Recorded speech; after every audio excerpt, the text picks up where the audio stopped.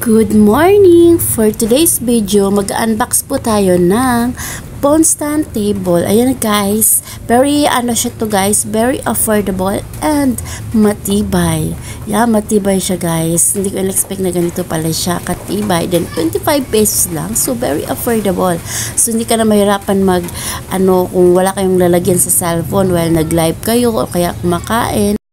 So, ayan na guys, sinimulan ko na siyang i-assemble. So, ayan. Napakatibay to guys, in fairness. At saka, legit siya. At saka, 25 pesos lang. So, sulit na sulit yung 25 pesos mo.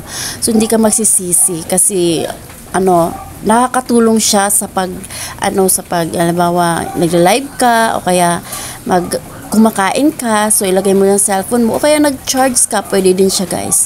So ayan, nahirapan pa ako dyan guys, kasi hindi ko alam kung saan to ilagay, ididikit tong pandikit.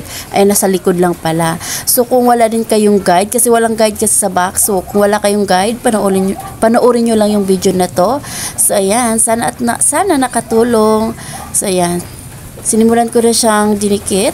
Ayan. So, ayan. So, after then guys, ito na siya.